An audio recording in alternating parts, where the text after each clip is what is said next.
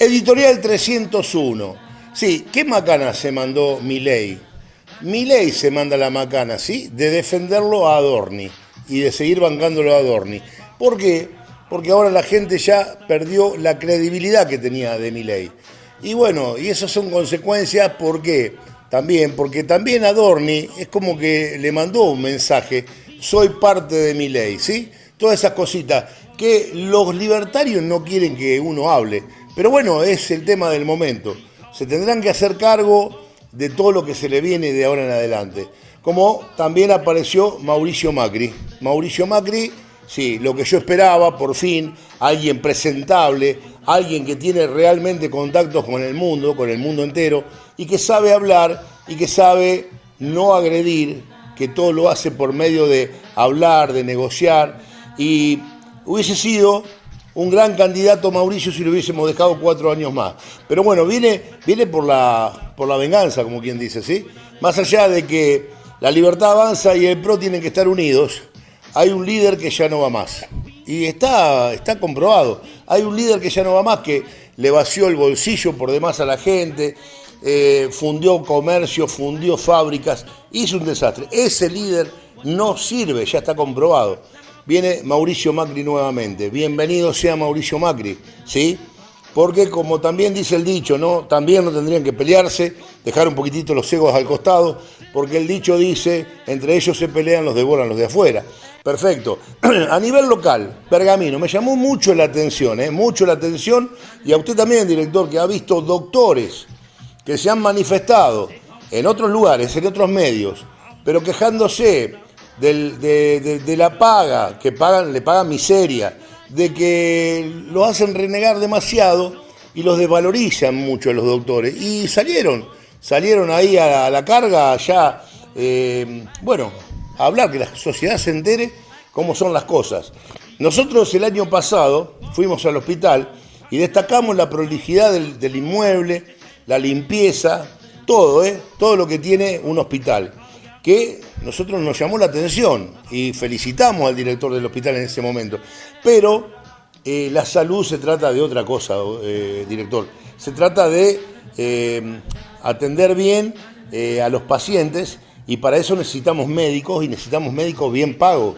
Y en este caso aparentemente no los tenemos. Bien, por otro lado tenemos también el quilombito importante, que lo tomó el juez Villafuerte Russo con la Clínica Centro. Bueno, ahí van a haber que rendir cuenta, porque hay muchas operaciones que no se hicieron, muchos tejimanejes raros, turbios. Pero no se crea que todo termina ahí, director, no se crea que todo termina ahí. Hay una clínica que también va a dar que hablar, también va a dar que hablar. Y obviamente que no es la clínica Pergamino, que es la clínica central. Obviamente que no. Pero hay una clínica que está dejando muchas cositas en el camino, y yo creo que el juez Villafuerte Russo entró por este lado para salir por el otro. Me lo comentó una alta fuente también. Yo tengo mi fuente, no salgo a hacer editoriales por hacer. Así que creo que esto va a ser la puntita, recién se arranca.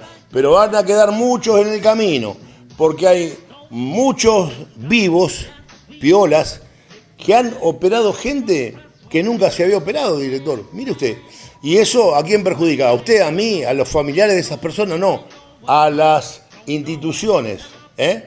Por ejemplo, en este caso a PAMI, en otro caso a IOMA puede ser también, a muchos, muchas instituciones, bueno, mutuales, ¿vio? Todas esas cosas que nosotros tendríamos que tener siempre, tenemos que tener al día con los impuestos y todo. Bueno, hay muchos avivados que salen beneficiados de eso. Pero acuérdese lo que yo le digo, en lo que va del año hay cosas que no se van a poder tapar más. Y entró un juez fuerte, Villafuerte Russo, y va hasta el fondo. Así que esto fue Editorial 301. Ya pasamos los programas 300, director. Muy bien, allá vamos.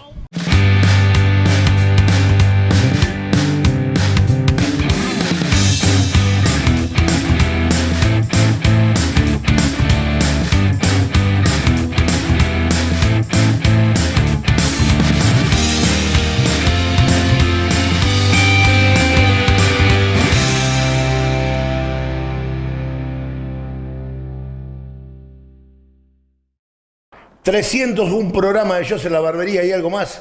Y tenemos el gusto de estar, qué paquetería, ¿no? Este lugar, director, en la casa de la jueza, Graciela Escarafía. ¿Cómo está, Graciela? ¿Qué tal, José? Muchas gracias por haber venido. No, pero gracias. Muy amable tu invitación. Mirá, aparte cómo nos atendés, todo con escón, cafecito, Sí, director. sí. Muy bien, Graciela, bueno, jueza de la ciudad de Pergamino, reconocida jueza, y nosotros nos queríamos meter un poquitito en el ambiente de los jueces.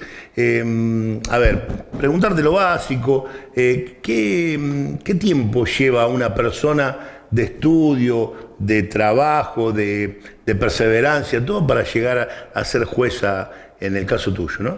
Bueno, en realidad, si habláramos de mí, me llevó 40 años. Yo hace 17 años que estoy como jueza de la Cámara. Quiere decir, sintéticamente hablando, de que lleva muchísimo tiempo. 40 años. 40 años que estoy en la justicia, porque yo empecé a trabajar cuando tenía 18 años. Claro, contale un poquitito. Yo cuando tenía 18 años, mis padres eran muy humildes, entonces necesitaba trabajar para poder estudiar. Y entré a trabajar en los tribunales de Rosario. Ser humilde en aquella época, ¿tus padres qué hacían? Bueno, eran maestros, entonces era difícil para ellos y para la gente que se iba a estudiar a Rosario. En mi caso, yo estudié en Rosario, en la Universidad Nacional de Rosario. O sea que hicieron un sacrificio importante. Sí, en aquella época. ¿Única hija? Estudiar, no, tengo un hermano que es veterinario. Ah, bueno, los dos estudiaron. Y una hermana que se murió en un accidente de tránsito. Mira. Sí, así que bueno, te contaba que me empecé a trabajar en los tribunales de Rosario y era muy emblemático porque yo tenía la tarea de separar los imputados de los NN. Y en Rosario, en esa época, estamos hablando del 77, 1977, había mucho delito y había muchos NN. Entonces yo separaba las parvas. Estamos hablando de época de militares. No, yo entré, sí, en el 76 vino el golpe. Sí. Yo empecé a estudiar en el 77 y ahí empecé a trabajar. Ajá. Entonces separaba los imputados de los NN y atendía la mesa de entradas. Cuando pasó el tiempo, como yo estaba estudiando Derecho... En la categoría, digamos, sí, que llegaste ahora, ahí eras como secretaria, digamos. No, era la última categoría de los empleados judiciales. Claro, la última categoría. Era la mesa de entradas, era lo último. O sea que te conocés todo porque recorriste todos los escalones. Claro, desde la mesa de entradas, después como yo estaba estudiando Derecho, el juez me dice, bueno, necesitamos a alguien que tome las declaraciones testimoniales de los accidentes de tránsito y de los delitos menores, porque era un juzgado correccional. Así que me pusieron a ser escribiente, que se llamaba, ¿no? Terminaba con la Yo cabeza, tomaba sí, las declaraciones testimoniales. Claro. Pero fue una época muy buena porque era chica y aprendí mucho en esa época. Aparte son otras las ganas, ¿no? Porque las ganas de progresar, de llegar. Y vos imaginate que a los 18, 19 años tenés que estudiar y estar en un juzgado correccional, me tenía que estar dividiendo. Igualmente vos no te esperabas llegar a jueza, ¿no? Cuando estabas en esa edad. No, por supuesto, no, ese era un sueño muy lejano. Muy lejano. Claro. Pero bueno, pero se va cosechando, se va laburando, hay sacrificio de parte tuyo también. Yo creo que uno va sembrando y que después cosecha lo que siembra, creo en esa frase, creo mucho en la constancia. Creo mucho en la resiliencia. Bien. Por lo menos yo puedo contarlo desde ese lugar. Sabemos todo lo que te conocen y todo, sabemos que sos mamá y todo. ¿A qué edad te convertiste en mamá? O sea, ¿a qué edad te casaste? Yo entré en la facultad a los 77 y a los 5 años yo ya me había recibido. Porque además de cursar, yo rendía libre para poder acelerar mi carrera. Ah, bien. Así que a los 22 me recibí y a los 23... me casé y tuve mi primer hijo. Por eso, o sea, pero no dejaste nunca de trabajar. No, nunca. O sea, por más que fuiste mamá, te la arreglaste. No, nunca dejé de trabajar, no. Bien. De los 18 años a ahora, que sigo trabajando. Bien, cuando te pedí hacerte la nota, vos me dijiste, no, José, ¿qué vamos a hablar de mí? No, es importante, porque hay generaciones, las nuevas, que tienen que ver que no es fácil llegar a cierta posición, a jueza, una jueza importante. Hoy día, ¿dónde estás? ¿A dónde ejerces? Y ahora hace 17 años que estoy como jueza de la Cámara Civil, Comercial y de Familia acá en Pergamino. Mucho laburo. Sí, hay mucho trabajo porque vos Tengo entendido, ya te he hecho notas anteriores, sí. Tengo entendido que abarcan toda la zona. Y vos imaginate que nosotros con mi colega, el doctor de Glewe, que integra la Cámara, somos como una salita de primeros auxilios que atiende 130.000 habitantes y la zona de influencia. O sea, somos 2 jueces de Cámara para 130.000 habitantes y para atender los asuntos civiles, comerciales y de familia. O sea, si vos me preguntás, hay muchísimo trabajo. Pero hay mucha complejidad en lo que es familia, ¿no? La complejidad es en todas las materias, porque familia es más quemante, más de tener que resolverlo Claro, ya.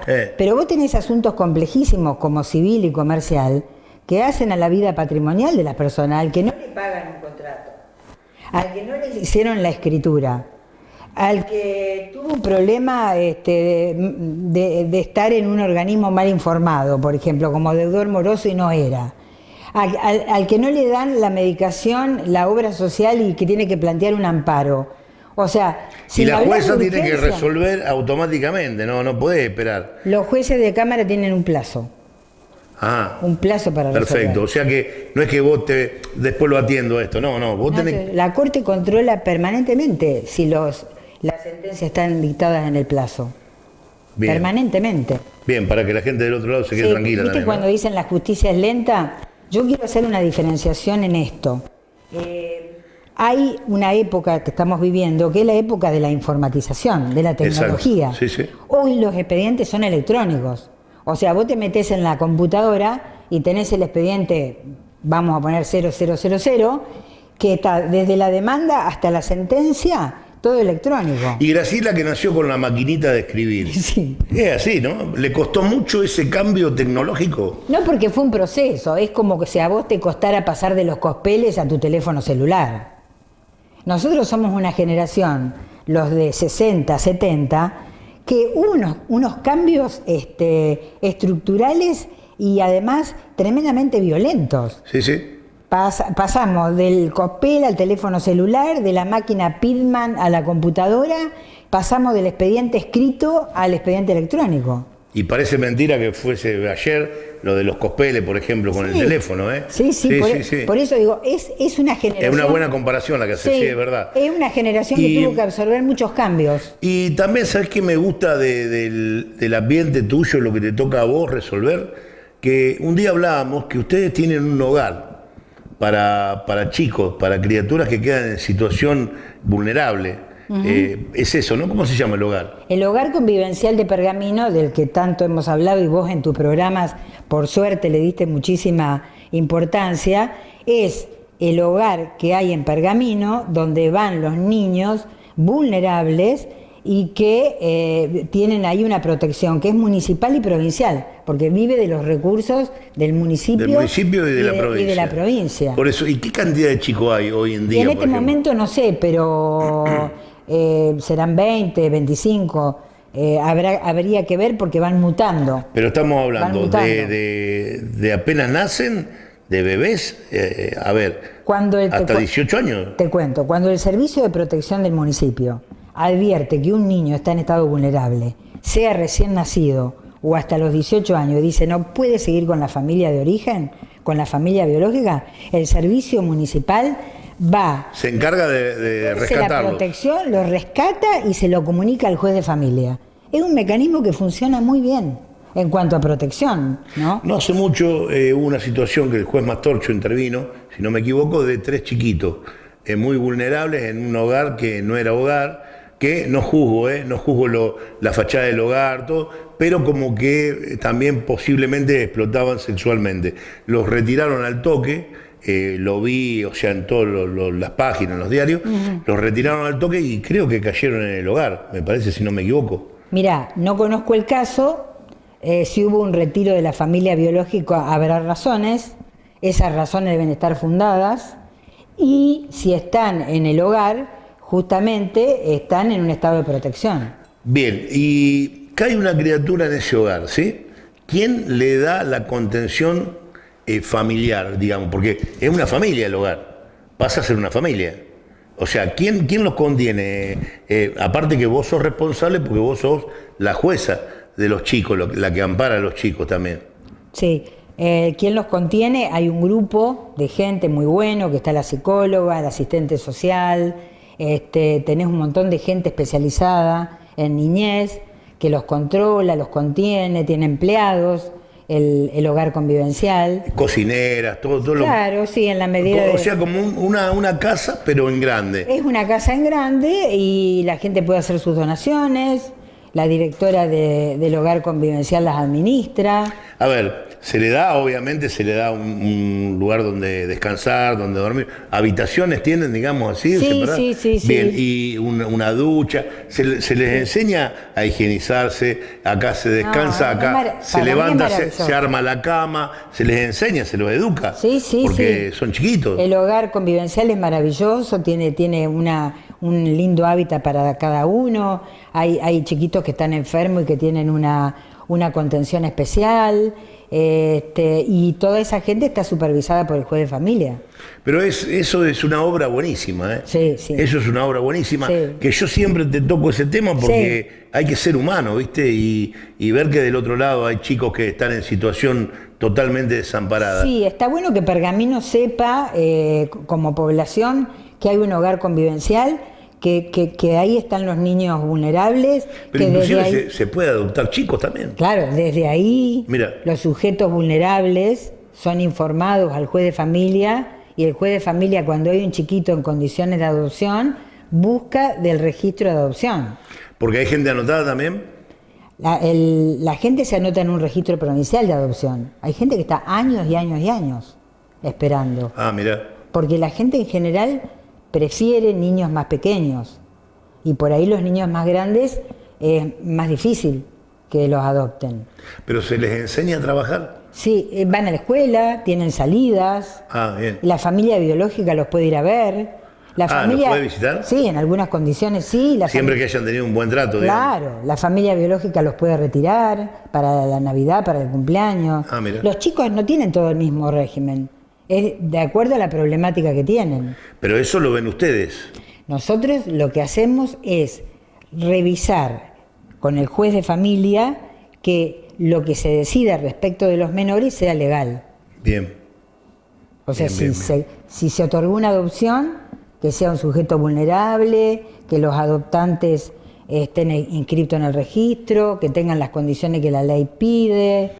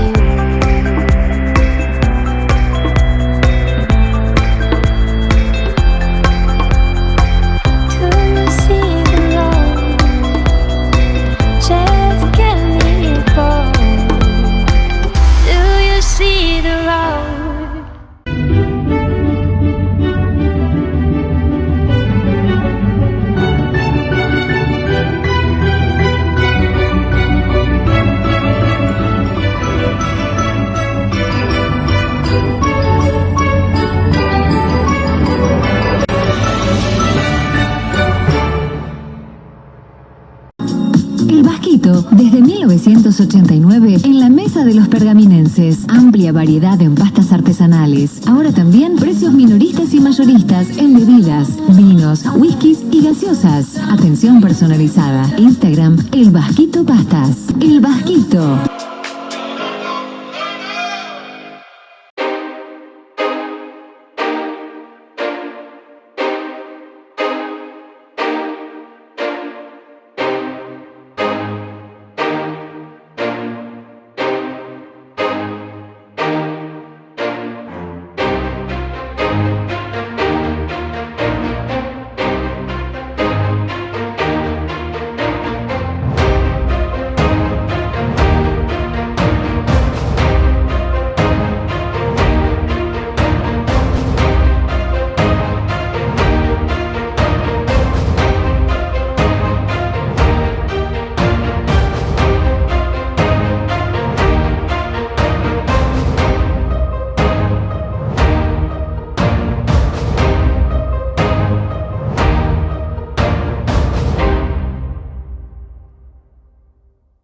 Graciela, vamos a charlar un poquitito, a ver, en confianza como amigos también, ¿no? Como que yo te vengo a entrevistar y vos tenés que contarme todo al pie de la letra. ¿Te gustaría comentarme algo? ¿Te gustaría comentarme algo que se me escape a mí? No, simplemente decirte que tengo el anhelo de que la gente confíe en los jueces, porque durante bastante tiempo, o en casos aislados, hay jueces que no han mantenido, por ejemplo, la cordura, la coherencia hay de todo, en la opinión pública. Sí, hay de todo. Entonces, digamos que esas son no podés meter a todo en la bolsa. Claro, eso es la manzana, digamos, podrida, pero en el marco de la cantidad de jueces que hay, formados, probos, con experiencia, la gente debería sentir que esa persona va a resolver de la mejor manera posible su problema. Bueno, la idea que tuve yo cuando arranqué con los programas hace 9 años atrás, no, 8 años, director. Bien, yo ya quería agendar un año más. 8 años atrás es incluir a la justicia, jueces, fiscales, todo lo que eso conlleva, sí. Conlleva. ¿Por qué? Porque hay un tema, antes, y yo lo comprobé, antes de que estuvieran en los programas, los jueces o los fiscales eran como los cucos. Los cucos, los que dictaban la orden de métanlo preso, noto. Y después cuando empezaron a ir a los programas y se empezaron a conocer los fiscales, por ejemplo, Furnari, Mastorcho, que son los más conocidos, que son los más mediáticos, y que gracias a ello hubo una apertura de mente en la gente. Ya no se lo criticaba o decir, sí, esto es siempre lo mismo, esto, lo otro, porque siempre la crítica era hacia la justicia no actúa, que esto, lo otro. Cuando empezaron a conocerlos, claro, y a ver que son humanos, que conviven entre nosotros y que tienen que decidir, que tienen que, a ver, meter preso a meter preso a otro. Pero cuando te dicen los fundamentos, ahí es donde te cambia la cabeza también. No es que un juez te va a juzgar y te va a decir usted es culpable porque si no, hay todo un proceso que lleva detrás, y eso es lo que yo te quería preguntar ahora, por más que vos no seas jueza, jueza penal, exacto. Hay un prejuicio ahora que prefieren que lo juzgue un juzgado civil. No, un jury de enjuiciamiento. Claro. Digamos, un tribunal de esos formados por la gente. Por la gente, claro. Claro. El civil, para mí son. No es de civil no es, sino que es de el juicio por jurado. Juicio por jurado, exacto. O sea, el juicio por jurado es cuando se elige la gente que va a juzgar. Exacto, pero me pueden elegir a mí, que yo soy un civil. Sí, te puede llegar la convocatoria. Por eso, a cualquiera. Y yo supongo que la persona, digamos, si me pusiera en el lugar de un homicida, no estaría yo en la cabeza de un homicida para contestarte, pero si me pusiera en ese lugar, se está eligiendo, según vos me decís, más el juicio por jurado, porque supongo que le debe dar más confianza que un montón de gente, un montón de ojos, vea más que los ojos de un tribunal. Digo, son todas suposiciones, no están basadas en cuando sale esto del juicio por jurado. ¿Cómo reaccionan los jueces? ¿En qué sentido? ¿Lo toman a bien? ¿Lo toman a mal? No, absolutamente. No. Escúchame, el juicio por jurado está dentro de las opciones que tienen para elegir porque lo da la ley. Al juez penal seguramente le va a parecer natural que alguien diga, no, mire, en vez del tribunal de juicio yo quiero que me juzgue un juicio por jurados. Bien. Y seguramente está en la Constitución lo que te voy a preguntar, claro. Pero te lo tengo que preguntar porque del otro lado hay gente como yo que ignora cosas que... ¿Cuándo es un juez garantista? ¿Cuándo se le llama a un juez? No, porque ese juez es garantista. Se lo toma como que es muy vulnerable, como que se corre a un costado. ¿Cómo es eso? No, creo que hay que hacer una distinción de que garantismo no es vulnerabilidad. El garantismo o los jueces de garantía están nominados así por la ley procesal. O sea, está en la ley. Está el fiscal, los jueces de garantía y los tribunales de juicio. El juez de garantía es el que controla que el allanamiento esté ok, que estén los recaudos para el allanamiento, que estén los recaudos para la prisión preventiva, que se pueda excarcelar, que no se pueda excarcelar. Entonces, no confundamos garantismo con vulnerabilidad. No, eso, quería que vos, porque vos podés contestar de todo, por eso te pregunto, yo sé que vos no estás en el derecho penal, pero son muy amplias. Estuve 18 años haciendo penal. Por eso, pero ahora no, y sin embargo te puedo preguntar cosas por eso. Pero, por ejemplo, para que un juez se expida, ¿qué debe pasar? O sea, no, yo ese caso no lo quiero. ¿Qué puede pasar? Porque el juez supuestamente está para juzgarnos a todos por igual. Los jueces tienen la obligación de pronunciarse sobre las causas que les llegan. Si se tiene que excusar, tiene que haber motivos valederos para excusarse. Como por ejemplo...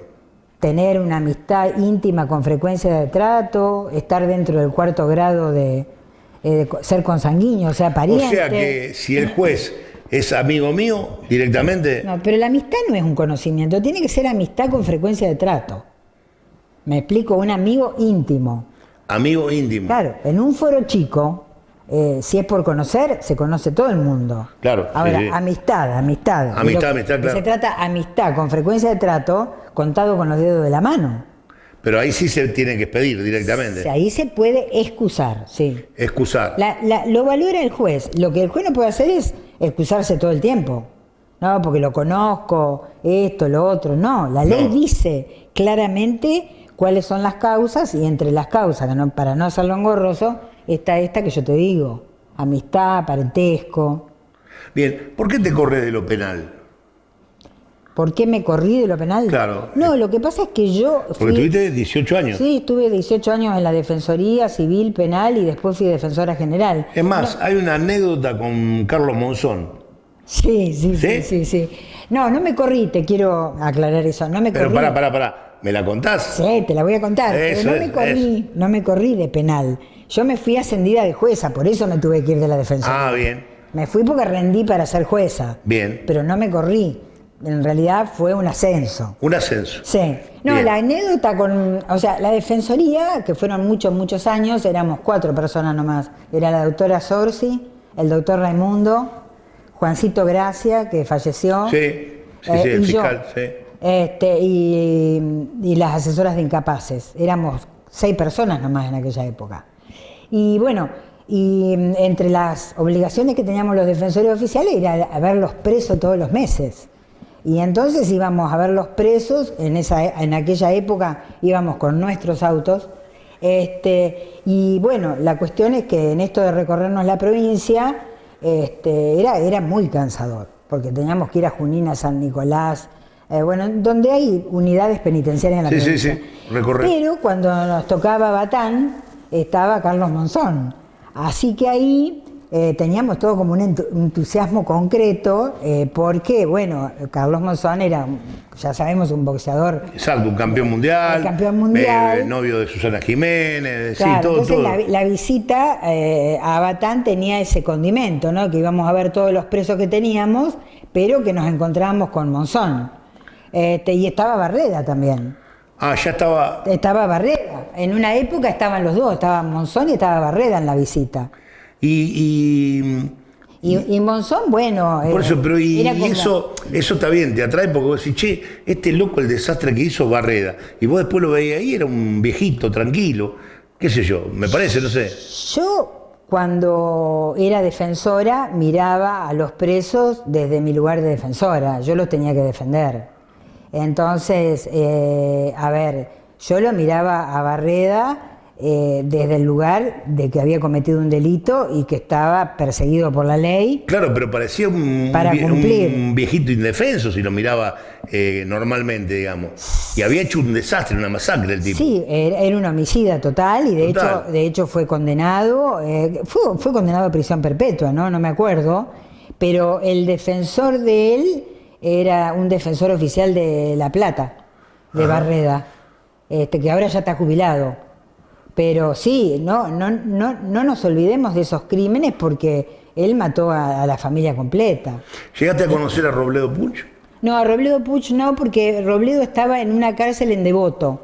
Eso está en Capital Federal. ¿Y ahí nosotros a Devoto fuimos una sola vez, pero no lo vimos a Robledo Puch. Bien. Pero a Robledo Puch lo defendió José Luis Villada, que era un defensor oficial de La Plata, que es amigo mío. ¿Y te tocó hablar con Carlos Monzón, por ejemplo? ¿Te tocó hablar, cruzar palabras? No, lo único, se asomaban cuando íbamos los defensores oficiales y estaban ahí, ¿viste? Estaba ahí y era, para la gente, era una curiosidad. Y era campeón adentro también, claro. Por más que haya hecho semejante acto de aberración, ¿no? Porque matara a esa chica pobrecita, pero era el campeón el tipo. No sé si era el campeón, pero yo supongo que desde la mentalidad de los presos le habían dado desde los presos un lugar diferente. Para mí era una persona que estaba condenada por un delito de femicidio. Claro, sí, Creo que fue un femicidio que sonorizó muchísimo. Totalmente comprobado, todo, sí. Fue condenado y de hecho murió en un accidente en una salida transitoria. En una salida transitoria, exacto. Sí. Graciela... Una triste historia. Sí, la verdad que porque de campeón no tiene nada, porque si vos te pones a pensar, un pobre infeliz. O sea, y le dañó la vida a los hijos también, a toda una familia. Un hombre condenado por la justicia, sí. Exactamente. Graciela, algo más que se me escape, ahora sí. Nada, decir que ser juez no es fácil, porque ser juez es tener que decidir sobre la vida de los demás. Bien. Y cuando uno decide sobre la vida de los demás, como la justicia no es divina, la justicia es de los hombres, es relativa. Entonces uno puede aproximarse a la verdad en un sentido más grande o aproximarse en un sentido más pequeño. Exacto. Por eso cuando la gente no queda satisfecha con el fallo, es comprensible, pero también hay que saber que cada vez que vos sacás una sentencia, en un 50 va para un lado, le das la razón a uno y en el otro 50 no le das la razón al otro. Claro. Entonces siempre va a haber una disconformidad. Hay que tener bien la balanza equilibrada. Hay que tratar de equilibrar la balanza. Exacto. Pero es un reparto humano, no es un reparto divino. Y por último, te voy a preguntar algo que te lo tengo que preguntar, porque sos Graciela, pero sos la Graciela humilde que yo conozco, la que se abre a la sociedad. Gracias. ¿A quién le tenés que agradecer lo que te pasó en la vida? Bueno, yo tengo como modelo a mi madre, que era una persona honestísima, de una lealtad inquebrantable, y también en cierta forma le agradezco a la gente, porque la gente que trabajó conmigo en todos los lugares, en la defensoría, cuando íbamos a la cárcel, mis jefes, mis empleados, siempre me aportaron algo. Y después a los justiciables, porque en realidad siempre están creyendo en vos. Cuando tenía clientes en la Defensoría Oficial, yo no los elegía y los he tenido saludándome por años. Y en la Cámara también siento que tengo las puertas abiertas para que vaya gente que tiene dudas, para los colegas, y me esmero mucho en que las audiencias empiecen a punto y que no haya que los abogados no tengan que esperar, porque la justicia la hacemos los operadores judiciales y los abogados. Y tenemos un colegio de abogados en Pergamino que nuclea a todos los colegas. Exactamente. Y no hay que hacer esperar a los abogados. Muy bien. Graciela, muchísimas gracias. Gracias de verdad. Gracias, José, encantadísimo. Bueno, director, aplaudimos, por favor. Muchas gracias.